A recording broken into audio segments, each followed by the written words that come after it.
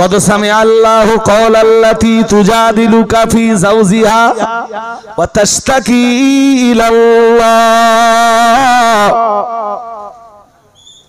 আমি জানি না যেসব মৌলবী এক চোখ দিয়ে দেখতেছে তারা এসব পড়েছে কিনা। আমার কথা বুঝতে পারেননি?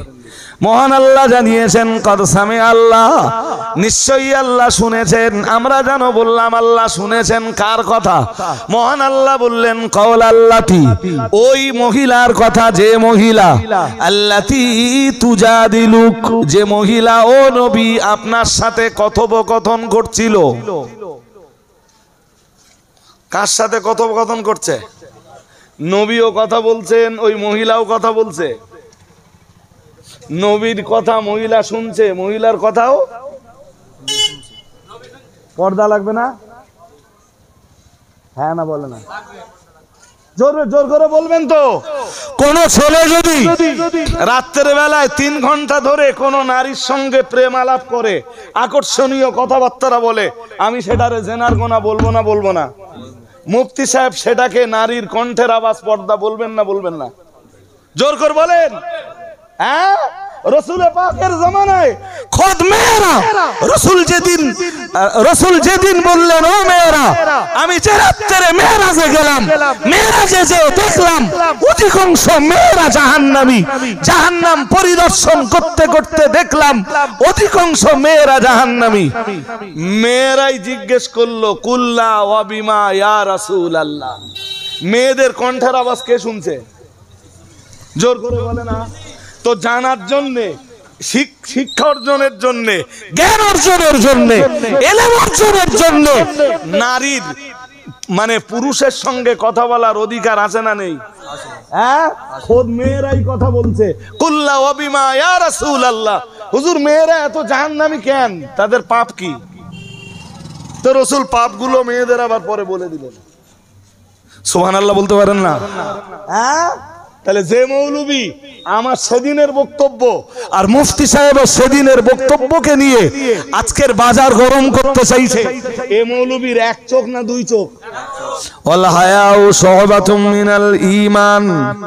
আল্লাহ পাক নবী বললেন লজ্জা হলো ঈমানের অঙ্গ। কি ঈমানের অঙ্গ?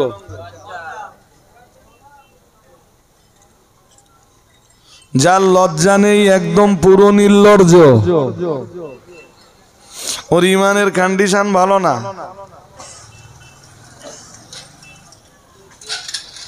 আরে বাবা, এই যে 70-এর বেশি শাখা আছে, রসুল বলতেছেন না, মুহাদ্দিসরা এই 70-এর বেশি শাখা তাদের হাদিসের ব্যাখ্যার কিতাবে লিখেছেন।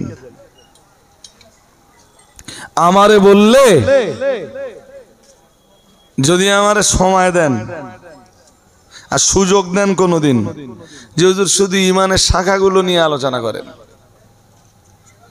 আগেতে বলে দেওয়া লাগবে, তাহলে আমি একটু ওর উপরে পড়াশোনা করে আসতে পারবো। আমি তো মহাপণ্ডিত, মহাবিজ্ঞজন না, আমি তো খুব দুর্বল। কিন্তু যদি আপনারা আমায় সুযোগ দেন, তা ইমানের এই 70-এর বেশি শাখা নিয়ে আমি আলোচনা করতে পারবো ইনশাল্লাহ, যে কি কি শাখা আছে। বাট 70টা একদিনে যদি আলোচনা হয়, সে তো আপনাদেরও কথা বলে না, মনে থাকবে না। তবে ইউটিউবে বারবার শোনা যাবে, ইউটিউবে বারবার বলুন শোনা যাবে। আর বারবার শুনলে তখন কিছু কনসেপশন তৈরি হবে। তো এখানে মজার ব্যাপার যে রাসূলুল্লাহ সর্বোচ্চ শাখাটা বললেন, সর্বনিম্ন শাখাটা বললেন, আর এরপরে আর একটা শাখার কথা উল্লেখ করলেন, যে শাখাটা খুব গুরুত্বপূর্ণ, তার নাম লজ্জা। তার নাম লজ্জা। আমরা যে কোন কবিতায় পড়েছিলাম মনে নেই, তা আরবি একটা কবিতা পড়েছিলাম, ফাফআল মা শিতা ইদা যাহাবাল হায়া। তোমার যা মন চায় তাই করতে পারো, যখন লজ্জা চলে যায়। বুঝতে পারেননি কথা? আরবি এক কবিতায় পড়েছিলাম, আবার বলছি, এখনো লাইনটা মনে আছে। ফাফআল মা শিতা, তোমার যা মন চায় করতে পারো। কখন? ইদা যাহাবাল হায়া, যদি যদি যদি লজ্জা চলে যায়, লজ্জা লজ্জা গেলে তোমার যা মন চায় তুমি করতে পারো। চলেন এবার ওই আয়াতটা বুঝি, সূরা নাজমের ওই আয়াতটাই তো আমরা বুঝবার চেষ্টা করছিলাম, বাট শেষ পর্যন্ত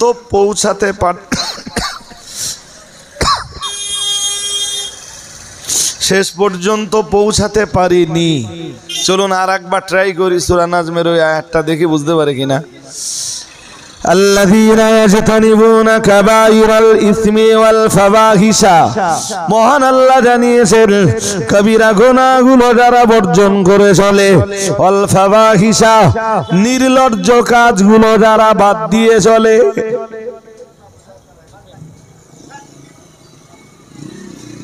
গুনাহ কাবিরা যারা পরহেজ করে চলে, আর নির্লজ্জ ফাহেসা কাজগুলো যারা বাদ দিয়ে চলে। ইল্লাল লামাম, লামাম মানে ওই ছোট ছোট গুনাহ, ওই সগীরা গুনাহর আর এক নাম আল লামাম। লামাম লামাম ছোট ছোট গুনাহ, যেইগুলো কখনো আমরা ইচ্ছায় করে ফেলি, আর কখনো আমাদের ইচ্ছার বিরুদ্ধে হয়ে যায়। আমাদের জি আমরা বুঝতে পারিনি। আল্লাহ বললেন যারা বড় বড় গুনাহগুলো পরহেজ করে চলে, আর যারা এই নির্লজ্জ ফাহেসা কাজগুলো বাদ দিয়ে চলে। ফাহেসা কাজ শুধু জেনা না, বলো লোকের মেয়ে একটা মোটরসাইকেলে তুলে, মোটরসাইকেলের হদ্দম পিকআপ, বিরাট স্পিড গাড়ির, এও তো নির্লজ্জ কাজ। লোকের মেয়েটারে মোটরসাইকেলে তুলে যে কায়দায় বসিয়েছে, কোন লজ্জাশীল লোক এইভাবে বসাতে পারে? আরে হ্যাঁ না, কিছু বলে না, পারে তো। এটা কি কাজ? নির্লজ্জ কাজ, ফাহেসা কাজ। যেমন হাদিসে এসছে, রাসূলুল্লাহ বলেন আল খামরু রাসু কুল্লি ফাহিশাতিন, রাসূল বলেছেন মদ হলো সমস্ত নির্লজ্জ কাজের মাথা।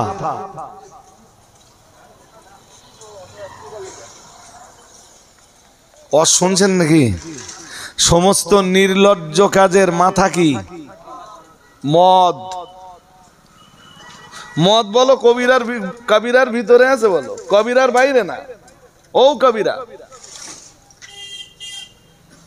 এরপরেও এই নির্লজ্জ পাপগুলোকে আল্লাহ আল্লাহ রাসূল আলাদা করে ফাহেসা বলে ঘোষণা দিচ্ছেন। ফাওয়াহিশ, ফাহশা, এই জাতীয় শব্দ দিয়ে আল্লাহ আল্লাহ রাসূল উল্লেখ করতেছেন উম্মতের অতি সাবধানতার জন্য, বান্দা বান্দীদের অতি সাবধানতার জন্য। সুবহানাল্লাহ। কিন্তু বান্দাবান্দি এ তো চরম পর্যায়ের অসতর্ক।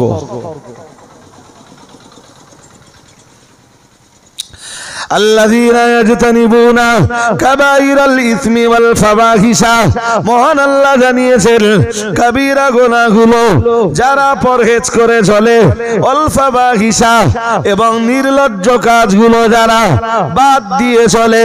ও বাবাজিরা ভাইরা, আমি নির্লজ্জ কাজের উদাহরণ দিতে যে শেষ বেলায় একটা হাদিস বলেছি।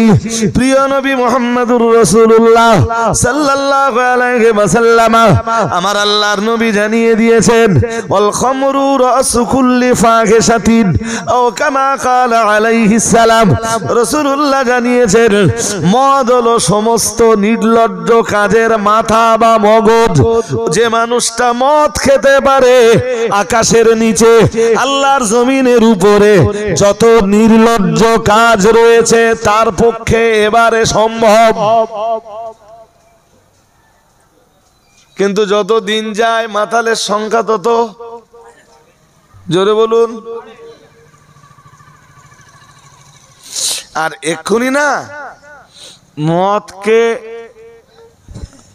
খুব বেশি পাপ বলে মনে করা হয় না। মনে করা হয় না যে এটা একটা কঠিন পাপ, মনে করা হয় না যে এটা নির্লজ্জ কাজ। কেউ ভদ্রভাবে খায় আর কেউ অভদ্রভাবে খায়। যাদের পয়সা কম তারা একটু কম মূল্যের মদ খায়, আর যাদের পয়সা বেশি কিছু বলে না। হ্যাঁ, বেশি বেশি দাম দিয়ে ঘরের ভিতরে বসে খায়। হ্যাঁ, তো এই মদ্যপানের অভ্যাস এ যেমন বাড়ছে ছেলেদের ভিতরে আর তেমন বাড়ছে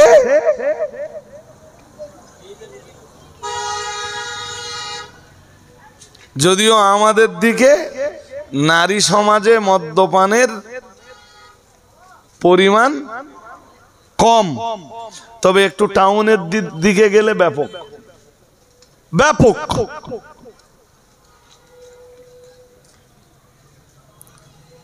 যাক ছাড়েন ভাই, সোজা সাপটা কথায় আমি কারোর বিরুদ্ধেও বলতে বসিনি আর সমালোচনাও করতে বসিনি। আমি আত্মসমালোচনা করতে বসছি এবং কোরআন হাদিস দিয়ে দুটো কথা শোনাতে বসছি।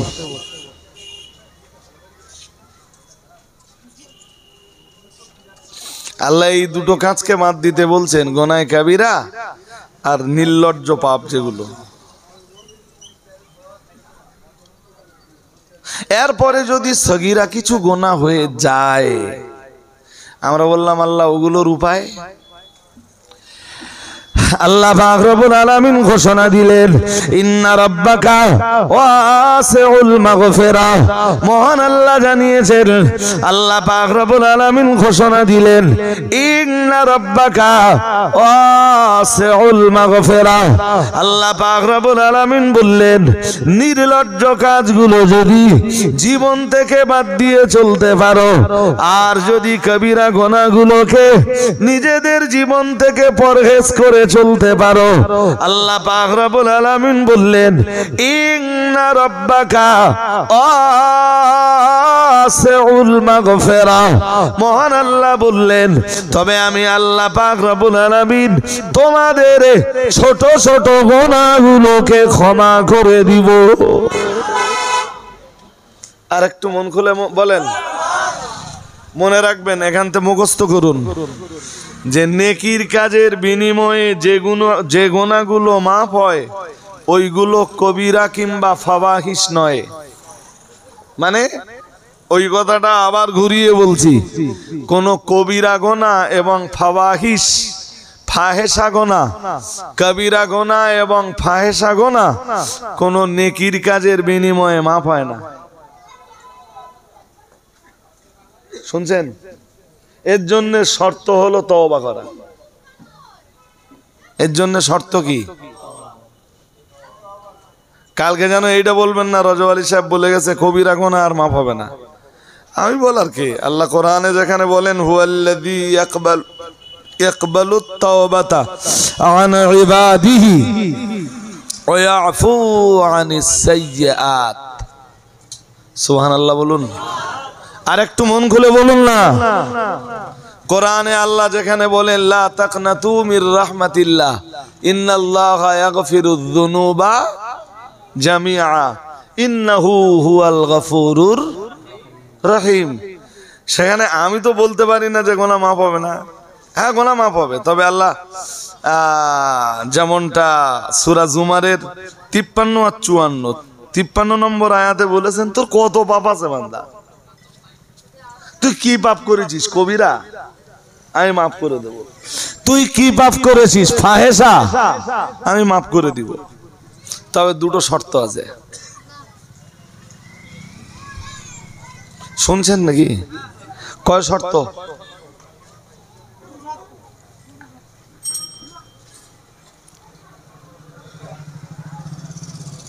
আমরা বললাম কি কি? আল্লাহ সূরা জুমারের 54 নম্বর আয়াতে শর্ত দুটো দিলেন। কি? আল্লাহ পাক রব্বুল আলামিন 1 নম্বরে শর্ত দিলেন, ওয়ানিবু ইলা রাব্বিকুম। মহান আল্লাহ বললেন 1 নম্বরে শর্ত দিলেন, তোমরা তোমাদের রবের দিকে ফিরে এসো। ও বাবাজিরা ভাইরা, তার মানে আল্লাহর বান্দা যে গোনায় কাবিরার রাজ্যে বিচারণ করছিলেন, আল্লাহর ওই বান্দা গোনা থেকে যদি নিজের রবের দিকে চেহারাটা ঘোরাতে পারেন, আল্লাহ পাক রব্বুল আলামিন বললেন, ওয়ানিবু ইলা রাব্বিকুম, ফিরে এসো তোমরা তোমাদের রবের দিকে। তার মানে আল্লাহর কোন বান্দা যিনি যে পাপের রাজ্যে বিচারণ করছিলেন, ওই গোনায় কাবিরার রাজ্য থেকে চেহারাটা ঘুরিয়ে যদি তার রবের দিকে চেহারাটা ফেরাতে পারেন, আল্লাহ পাক রব্বুল আলামিন বললেন, প্রথম শর্ত হলো তুমি তোমার ওই গোনাহের রাজ্য থেকে তোমার চেহারাটা ঘুরিয়ে তোমার রবের দিকে যদি ফেরাতে পারো, আল্লাহ পাক রব্বুল আলামিন দ্বিতীয় শর্ত দিলেন, ওয়া আসলিমু লাহু।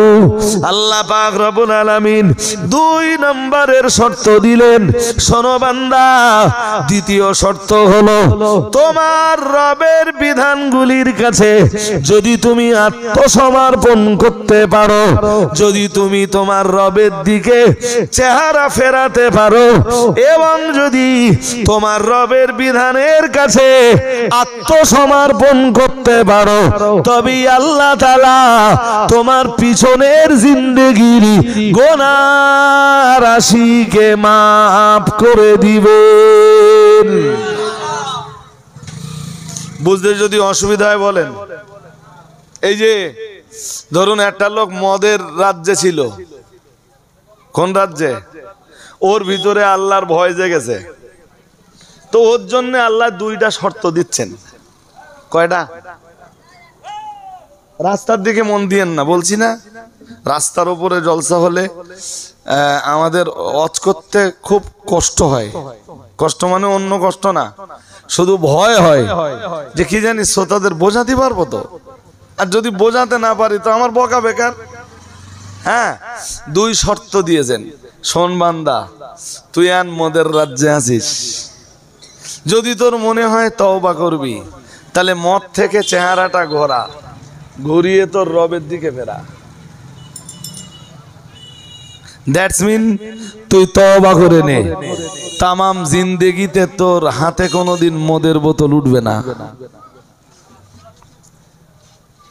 তুই তওবা করে নে, এমন তওবা যে মদের নাম শুনলে তোর ঘৃণা হবে।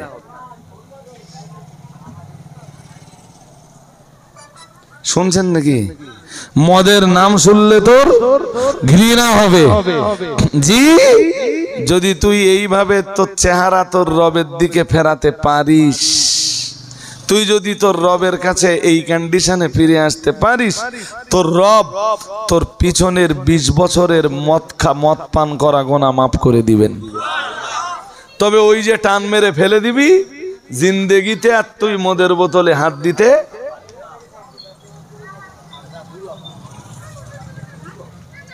আমি কি বোঝাতে পারছি? হ্যাঁ, এবার শোনেন, আর একটা শর্ত আছে না? কি? ওয়াসলিমু লাহু, তুই তার বিধানের কাছে অর্থাৎ আল্লাহর বিধানের কাছে আত্মসমর্পণ করবি।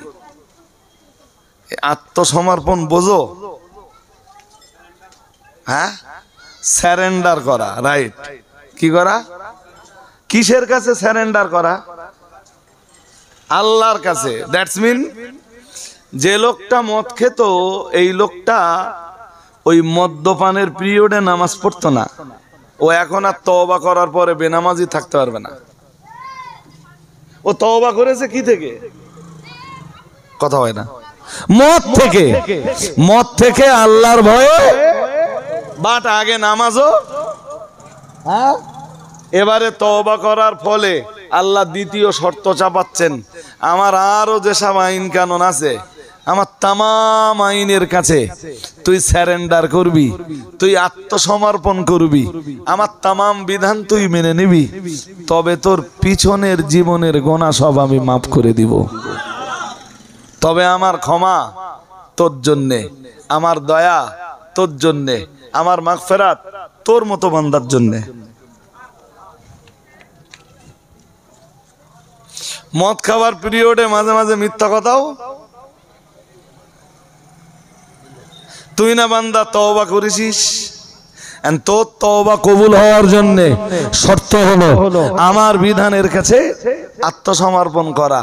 জানিস বান্দা, আমার বিধানের ভিতরে আছে ইয়া আইয়ুহাল্লাযীনা আমানু, হে ঈমানওয়ালা মানুষের দল, ইত্তাকুল্লাহ, তোমরা আল্লাহকে ভয় করো, ওয়াকুনু মা'আস সাদিকিন, আর সত্যবাদীদের দলগত হয়ে যাও। তাই তুই না তওবা করেছিস, এই কারণে তুই এখন আর মিথ্যা কথা বলতে, জোরে বলুন, মিথ্যা বলতে আর না। ওদিকে তুই তওবা করেছিস, এদিকে যদি আমার আইন সব এবার মেনে নিতে পারিস, তোর পিছনের গুনাহ সব মাপ।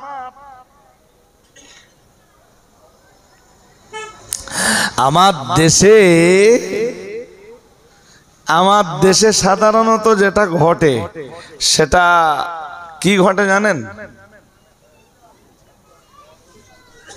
কিছু বলে না, কি ঘটে মানে বলছি, এবার আমি বলতেছি শুনে নেন তাহলে। ভাই সাহেব বলতেছ কি ঘটে, আমরা কি করে জানবো? যেটা ঘটে সেটা সূরা জুমারের 53 আর 54 পরপর দুটো আয়াত আছে। লা তাকনাতু মির রাহমাতিল্লাহ,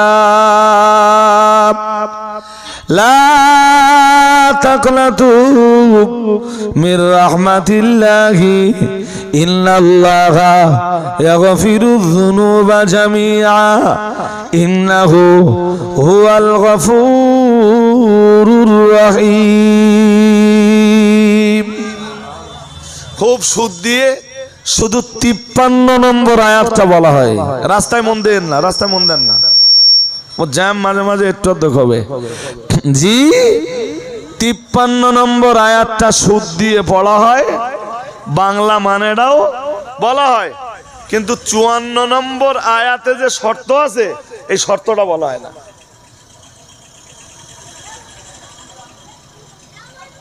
বুঝতে পারেননি?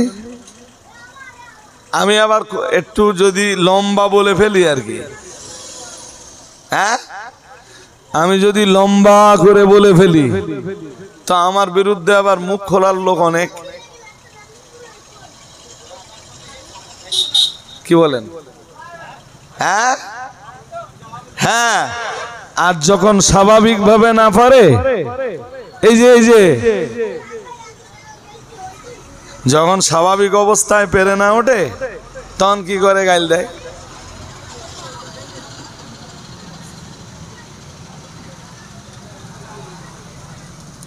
যখন কোরআন দিয়ে হাদিস দিয়ে লড়বার মতো আর ক্ষমতা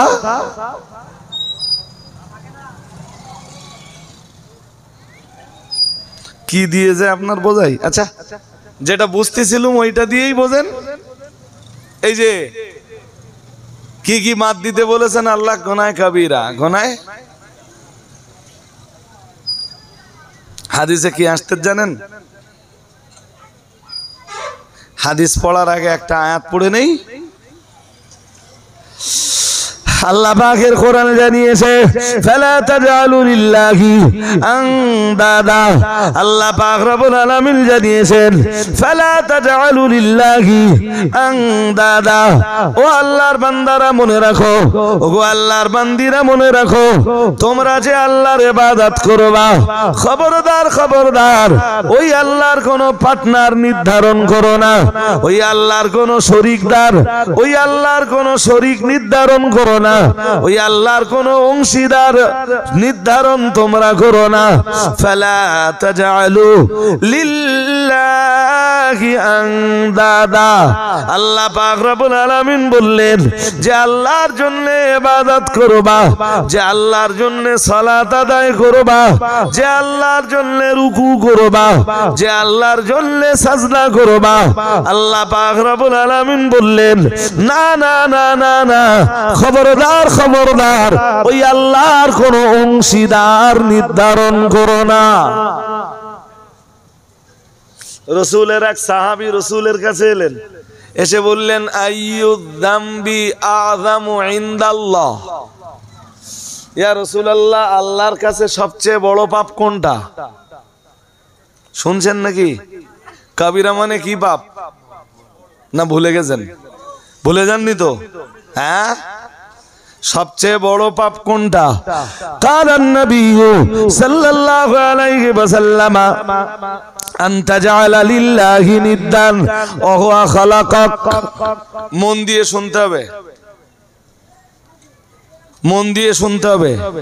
প্রিয় নবী মুহাম্মদুর রাসূলুল্লাহ সাল্লাল্লাহু আলাইহি ওয়াসাল্লাম বললেন আন তাজআলা লিল্লাহি নিদ্দা।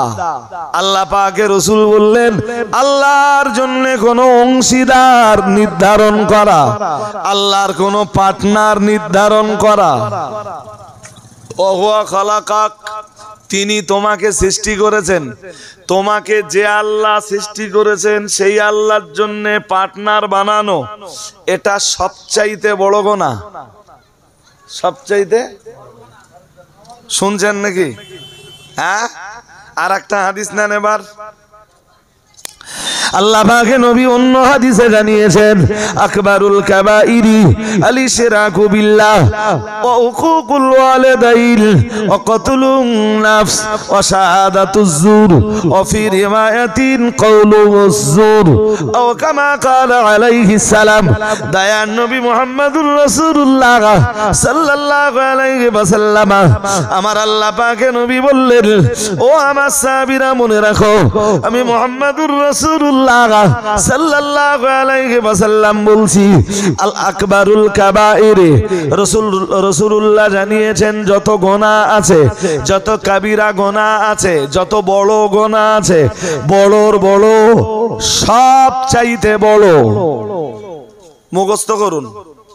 নবীজি বলতেছেন যত যত কাবিরা গুনাহ আছে, যত বড় গুনাহ আছে, বড়র বড়, সব চাইতে বড় রাসূলুল্লাহ জানিয়েছেন।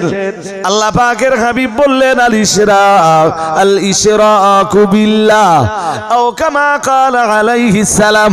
রাসূলুল্লাহ জানিয়েছেন আল্লাহর সঙ্গে শিরক করা। কি করা বলুন? কার সাথে? এর চেয়ে বড় কোনো গুনাহ? জোরে বলুন। আল্লামা ইমাম যাহাবি বলছিল, মনে আছে, গুনাহে কাবীরার উপরে এরকম মোটা একটা বই লিখেছেন আরবিতে, তাতে 1 নম্বরে এনেছেন আর শিরক। কি এনেছেন? শিরক নিয়েও আমি যে লম্বা আলোচনা করছি তা না।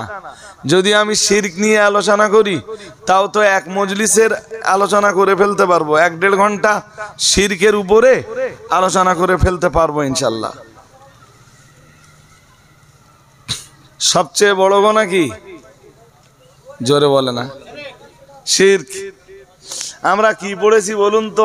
আমরা একত্ববাদে বিশ্বাসী না বহুত্ববাদে বিশ্বাসী?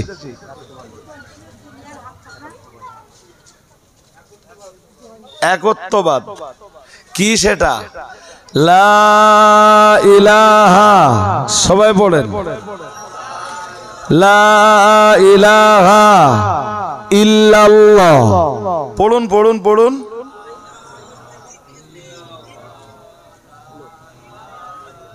কই পড়তেছেন? আরো মন দিয়ে পড়েন। লা ইলাহা ইল্লাল্লাহ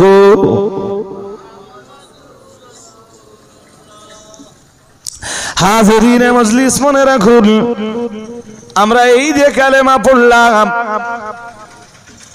আল্লাহ পাক রব্বুল আলামিন জানিয়েছেন এখানে এখানে আমি একটা আয়াত এবার শোনাবো 14 পারা সূরা নাহালের 106 নম্বর আয়াত। যদি কলেমা পড়ার পরে কেউ বহুত্ববাদকে স্বীকার করে,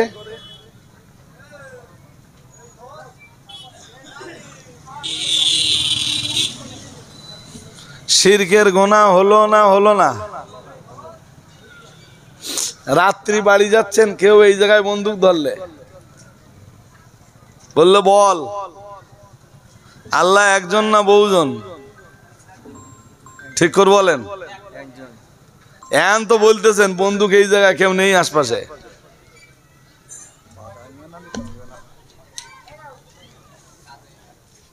ইমান কাঁচা আর পাকা যাই হোক, মশলা কি?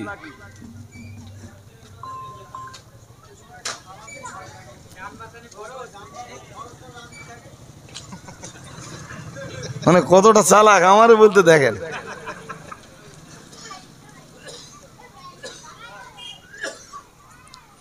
চলুন কোরআনে দেখি কি আছে। আল্লাহ পাকের কোরআন জানিয়েছে, মান কাফারা বিল্লাহি মিন বাদি ঈমানিহি ইল্লা মান উকরিহা কলবুহু মুতমাইন্নুম বিল ঈমান। এটা সূরা নাহলের 106 নম্বর আয়াত। সূরা নাহলের এতক্ষণ ধরে কি শুনলেন? অনেক আলোচনায় শুনেছেন, তার ভিতরে এক আলোচনা উঠে এসছে শিরক করা। জোর করে বলে না, শিরক করা শুধু কবিরা না, বড়র বড় সবচেয়ে বড়, বড়র বড় সবচেয়ে বড়। আল্লাহ এই আয়াতে বলতেছেন মান কাফারা বিল্লাহ, কেউ কুফরি করলো আল্লাহর সাথে। কার সাথে? জোর করে বলে না। মিন বাদে ঈমানিহি, ঈমানের পরে, ঈমানের পরে কেউ কি করলো? কুফরি করলো। কি করলো? জোর করে বলে না। হ্যাঁ, ঈমানের পরে কেউ কুফরি করলো কার সাথে? আল্লাহর সাথে। ইল্লা মান উকরিহা, তবে কুফরিটা সে ইচ্ছাকৃত করেনি, তার প্রতি জবরদস্তি প্রয়োগ করা হয়েছে। কি করা হয়েছে? বল প্রয়োগ করা হয়েছে, জানের হুমকি দেওয়া হয়েছে, মেরে দেবো। আমি আগে আয়াতটা বলে নিচ্ছি। হ্যাঁ, আল্লাহ বলতেছেন কলবুহু মুতমাইন্নুম বিল ঈমান, কিন্তু তার অন্তরে ঈমান আছে। অন্তরে কি আছে? তার অন্তর বলছে লা ইলাহা ইল্লাল্লাহ, কিন্তু এখান ধরে রেখেছে এই ভয়ে সে তার মুখ বলতেছে আল্লাহ তিনজন। শুনছেন নাকি? মুখ কি বলতেছে, অন্তর কি বলতেছে? আল্লাহ আল্লাহ। মনে রাখবেন, এরকম ঘটনা যদি কখনো ঘটে, এক্ষেত্রে রাস্তা দুটো, রাস্তা দুটো। প্রথমটারে আরবিতে বলে আজিমাত। কি বলে? এরকম ঘটনা ঘটলে তার রাস্তা এক রাস্তা না দু রাস্তা। আর যে মৌলবী এক রাস্তা দেখতে পায় আর এক রাস্তা দেখতে পায় না, ওটা দাজ্জাল। দাজ্জালের কয় চোখ? জোর করে বলে না। দাজ্জাল কয় চোখ দিয়ে দেখবে? আমি শরীয়তের ফতোয়াটাই বলছি। জি, এখানে শরীয়ত দুটো রাস্তা দিয়েছে, একটা হলো আজিমাত। আমার জীবন যায় যাবে, আমি ঈমান ছাড়বো না। জীবন যায় যাবে, ঈমান ছাড়বো না। ও বলে তুই গুলি করলু, আমি বলবো লা ইলাহা ইল্লাল্লাহ, লা ইলাহা ইল্লাল্লাহ। আমার ঈমান চলে যাবে, আমার জীবন চলে যাবে, তবুও ঈমান দিব না। এই কন্ডিশনে এই রকম সিদ্ধান্তকে শরীয়তের ভাষায় বলা হয় আজিমাত। কি বলে? কথা কি বুঝতেছেন? মুফতি সাহেব আসলে ঝাল দিয়ে নেবেন। হ্যাঁ, আর একটা রাস্তা আছে, তার নাম রুখসত। তার নাম, হ্যাঁ, ও কলবে ইমান রেখে মুখে মুখে বাঁচবার জন্য বলতে পারে।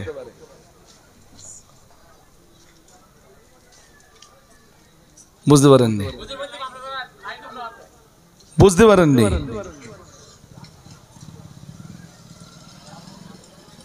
বুঝতে পেরেছেন কি? ও মুখে মুখে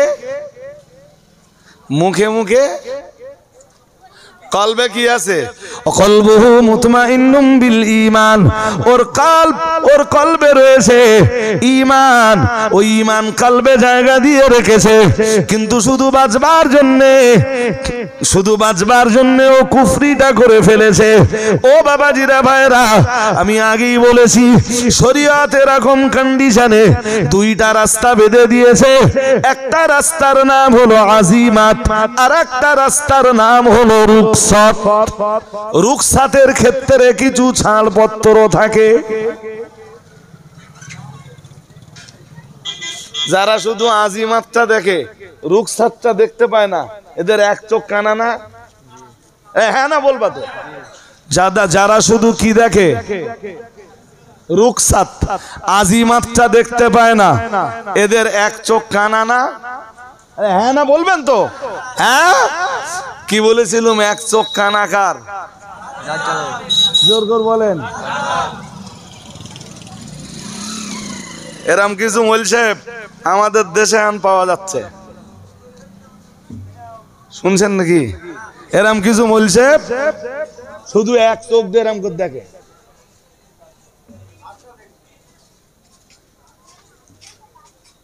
মুফতি সাহেব কবে কোন জলসায় কোথায় বলেছে, কোথায় বলেছিলেন আমিও জানি না। বলো, কোন এক মজলিসে মুফতি সাহেব বলেছেন, যা বলেছেন ঠিক বলেছেন। মুফতি সাহেব বলেছেন নারীর কণ্ঠের আওয়াজও পর্দা। এই ভুল বলেছেন না ঠিক বলেছেন? ঠিক বলেছেন না? ঠিক বলেছেন। জি, সেইটারে তুলে ধরে এখন মুফতি সাহেবের বিরুদ্ধে নানান ফতোয়াবাজি চলতেছে। আমি বুখারী শরীফের এক হাদিস দিয়ে অজ করতে করতে বলেছি, জি, যে কানের জেনা হলো নারীর কণ্ঠের আকর্ষণীয় কথাবার্তা শোনা। এ তো বুখারীর হাদিসে আছে। কোথায় আছে? এ আমার কথা না রসুলের কথা? জোর করে বলে না, রসুলের কথা। জি, তা এ বলবো না বাদ দেবো? বলতে হবে তো, বলতে হবে তো, বলতে হবে না? আমার সে কথা টেনে এনে আর মুফতি সাহেবের সেই কথাটারে টেনে এনে দুটোরে এক জায়গায় করেছে, এক জায়গায় করে এবারে বলছে তোমরাই ফতোয়া দিলে নারীর কণ্ঠের আওয়াজ কি পর্দা, তোমরাই ফতোয়া দিলে নারীর কণ্ঠের আওয়াজ শুনলে জেনার গুনাহ হয়, জেনার গুনাহ হয়। আর তোমরা এখন কি করতেছো? এমালের কসক আর এক চোখে দেখতে হবে তো? হ্যাঁ না বলবেন তো? আর এক চোখে দেখতে হবে তো? যদি বলেন হুজুর কি দেখতে হবে, মুফতি সাহেব এসে গেছেন, আমার আর বলবার অধিকারও নেই। না, বলেন বলেন বললি হয়? শোনেন, এই শেষ কথাটা বলি, শেষ কথাটা বলি। এদের এক চোখ অন্ধ কেন বলেছি? কোরআনের এক সূরা আছে, 28 পারার একদম শুরুতেই আছে, তার নাম সূরাতুল মুজাদালা। কি নাম? কথা কয় না, তা কি করে বোঝাবো? কি নাম? তার নাম সূরাতুল মুজাদালা। মুজাদালা মানে কি জানেন? পারস্পরিক কথোপকথন অথবা কথা কাটাকাটি করা, কথা বাগ বিতান্ডা করা। এরে আরবিতে বলে আল মুজাদালা। কি বলে? আল। ওই সূরার প্রথম আয়াতেই এসেছে, কদ সামি আল্লাহু কওলাল্লাতী তুজাদিলুকা ফি যাওজিহা ওয়া তাশতাকি ইলাল্লাহ আমি জানি না যেসব মৌলবী এক চোখ দিয়ে দেখতেছে তারা এসব পড়েছে কিনা। আমার কথা বুঝতে পারেননি? মহান আল্লাহ জানিয়েছেন কদ সামি আল্লাহ, নিশ্চয়ই আল্লাহ শুনেছেন। আমরা জানো বললাম আল্লাহ শুনেছেন কার কথা? মহান আল্লাহ বললেন কওল আল্লাতি, ওই মহিলার কথা, যে মহিলা আল্লাতি তুজাদিলুক, যে মহিলা ও নবী আপনার সাথে কথোপকথন করছিল। কার সাথে কথোপকথন করছে? নবীও কথা বলছেন, ওই মহিলাও কথা বলছে। নবীর কথা মহিলা শুনছে, মহিলার কথাও। পর্দা লাগবে না? হ্যাঁ না বলে না? জোর জোর করে বলবেন তো। কোন ছেলে যদি রাত্রের বেলায় 3 ঘন্টা ধরে কোন নারীর সঙ্গে প্রেম আলাপ করে, আকর্ষণীয় কথাবার্তা বলে, আমি সেটারে জেনার গোনা বলবো না? মুফতি সাহেব সেটাকে নারীর কণ্ঠের আওয়াজ পর্দা বলবেন না বলবেন না? জোর করে বলেন। হ্যাঁ, রসুল পাকের জামানায় খোদ মেয়েরা, রসুল যেদিন বললেন ও মেয়েরা, আমি যে রাত্রে মেরাজে গেলাম, মেরাজে যে দেখলাম অধিকাংশ মেয়েরা জাহান্নামী, জাহান্নাম পরিদর্শন করতে করতে দেখলাম অধিকাংশ মেয়েরা জাহান্নামী। মেয়েরাই জিজ্ঞেস করলো কুল্লা ওয়া বিমা ইয়া রাসূলুল্লাহ, মেয়েদের কণ্ঠের আওয়াজ কে শুনছে? জোর করে বলে না? তো জানার জন্য, শিক্ষা অর্জনের জন্য, জ্ঞান অর্জনের জন্য, এলেম অর্জনের জন্য নারীর মানে পুরুষের সঙ্গে কথা বলার অধিকার আছে না নেই? হ্যাঁ, খোদ মেয়েরাই কথা বলছে কুল্লা ওয়া বিমা ইয়া রাসূলুল্লাহ। হুজুর মেয়েরা এত জাহান্নামী কেন? তাদের পাপ কি? তো রাসূল পাপগুলো মেয়েদের আবার পরে বলে দিলেন। সুবহানাল্লাহ বলতে পারেন না? হ্যাঁ, তাহলে যে মৌলবী আমার সেদিনের বক্তব্য আর মুফতি সাহেবের সেদিনের বক্তব্যকে নিয়ে আজকের বাজার গরম করতে চাইছে, এ মৌলবীর 1 চোখ না 2 চোখ? আর যার মানে 1 চোখ কার হয়? জোর করে বলেন। বুঝতে অসুবিধা হচ্ছে? হ্যাঁ ভাই, শেষ কথা বলি, মুফতি সাহেব এসেও গেছেন, আর আমার বলেছি না যে মুফতি সাহেবকে আমার কাছে কথা না শুনে মুফতি সাহেবের কাছে শুনলে আপনাদের জ্ঞান আরো বাড়বে না। সূরা মায়েদা 3 নম্বর আয়াত শুনছেন নাকি? ক নম্বর আয়াত? 3 নম্বর আয়াতে আল্লাহ হারামের লম্বা ফিরিজ দিয়েছেন, আয়াত নম্বর 3। আমি শুধু শুরুটা বলছি। হুররিমাত আলাইকুমুল মাইতাতু ওয়াদ-দামু ওয়া লাহমুল খিনজিরি ওয়া মা উহিল্লা লিগাইরিল্লাহি বিহি ওয়াল মুনখানিকাতু ওয়াল মাওকুদাতু ওয়াল মুতারাদ্দিয়াতু ওয়ান নাতিহাত। আয়াত অনেক লম্বা। এই আয়াতে কোন কোন জিনিস হারাম আল্লাহ তা আলোচনা করছেন। করতে করতে আল্লাহ বলছেন হুররিমাত আলাইকুমুল মাইতাত, মরা জিনিস তোমাদের জন্য হারাম করা হয়েছে। কি জিনিস? জোর করে বলে না? মরা প্রাণী, মরা প্রাণী। বেশ, আর কি হারাম করা হয়েছে? ওয়াদ্দাম, আয়াদ্দামুল মাসফু, প্রবাহিত রক্ত। প্রবাহিত রক্ত তোমাদের প্রতি কি করা হয়েছে?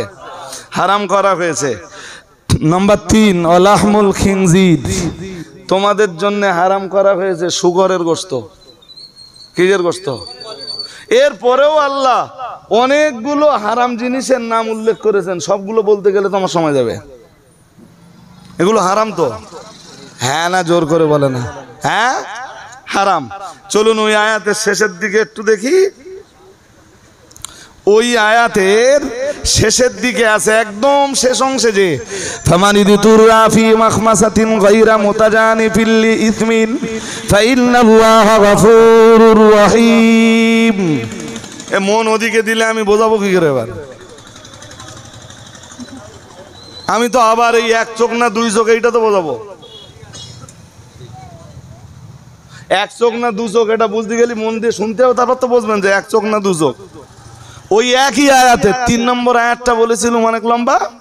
ওই আয়াতের শেষে আল্লাহ বলছেন ফামানিদুর ফি মাখমাসাতিন, ক্ষুধার তাড়নায় কেউ যদি বাধ্য হয়, কেউ যদি নিরুপায় হয়।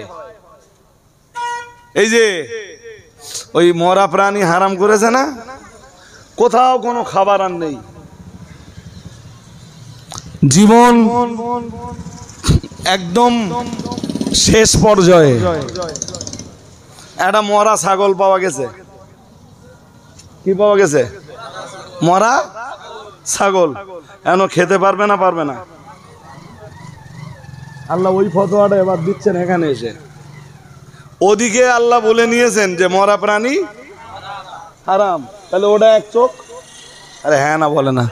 হ্যাঁ, আর এখানে আল্লাহ কি বলতেছেন, যদি তুমি কখনো কি হও নিরুপায় হও, ক্ষুধার তাড়নায় তোমার প্রাণ জীবন বেরিয়ে যাবার উপক্রম করে কোথাও যদি তুমি খাবার সন্ধান করে না পাও, তবে আল্লাহ বললেন গায়রা মুতাজানিফিল ইসমিন। আল্লাহ বললেন যে পাপের দিকে যদি কোনো ঝোঁক না থাকে, পাপের ঝোঁকে নয়, বরং নিরুপায় হয়ে ওই মরা জিনিস খেতে বাধ্য হচ্ছে, আল্লাহ কোরআনে নিজে ফতোয়া দিচ্ছেন। কি ফতোয়া? আল্লাহ বললেন ফাইনাল্লাহ গফুরুর রহিম, নিশ্চয়ই আল্লাহ তার প্রতি দয়াশীল ও ক্ষমাকারী। আর একটু মন খুলে বলুন। এই নিরুপায় অবস্থায় সে মরা প্রাণীর গোশত খেতে পারবে। শুধু যদি আগেরটা বলা হয়, আগেরটা বলা হলো মানে এক চোখ হলো তো, আর পরেরটা যদি বুঝবার না চেষ্টা করা হয়, এক চোখ হলো না দুই চোখ হলো? আর আসলে এক চোখ কার? হ্যাঁ জি, এ জিনিসের অভাব বলো আজকের সমাজে। অভাব আছে? তা তুমি দোস্ত বলতে অভাব আছে? খুব অভাব নাকি? হ্যাঁ, হাজিরিনে মজলিস, আজকে এই পর্যন্ত থাক। মুফতি সাহেব হুজুর কেবলা এসছেন প্রায় 10-11 মিনিট। হুজুর কেবলা আসবার পরেও আমি কথা বলেছি, ত্রুটি বিচ্যুতি বেয়াদবি ক্ষমা করুন। একটু আওয়াজ দেন নারায়ে তাকবীর। মুফতি সাহেব হুজুর কেবলা, মুফতি সাহেব হুজুর কেবলা, অল ইন্ডিয়া সুন্নাত ওয়াল জামাআত, অল ইন্ডিয়া সুন্নাত ওয়াল জামাআত, সিলসিলায়ে মুজাদ্দিদুজ জামান। নারায়ে তাকবীর, নারায়ে তাকবীর। দরুদ শরীফ পড়ুন। আল্লাহুম্মা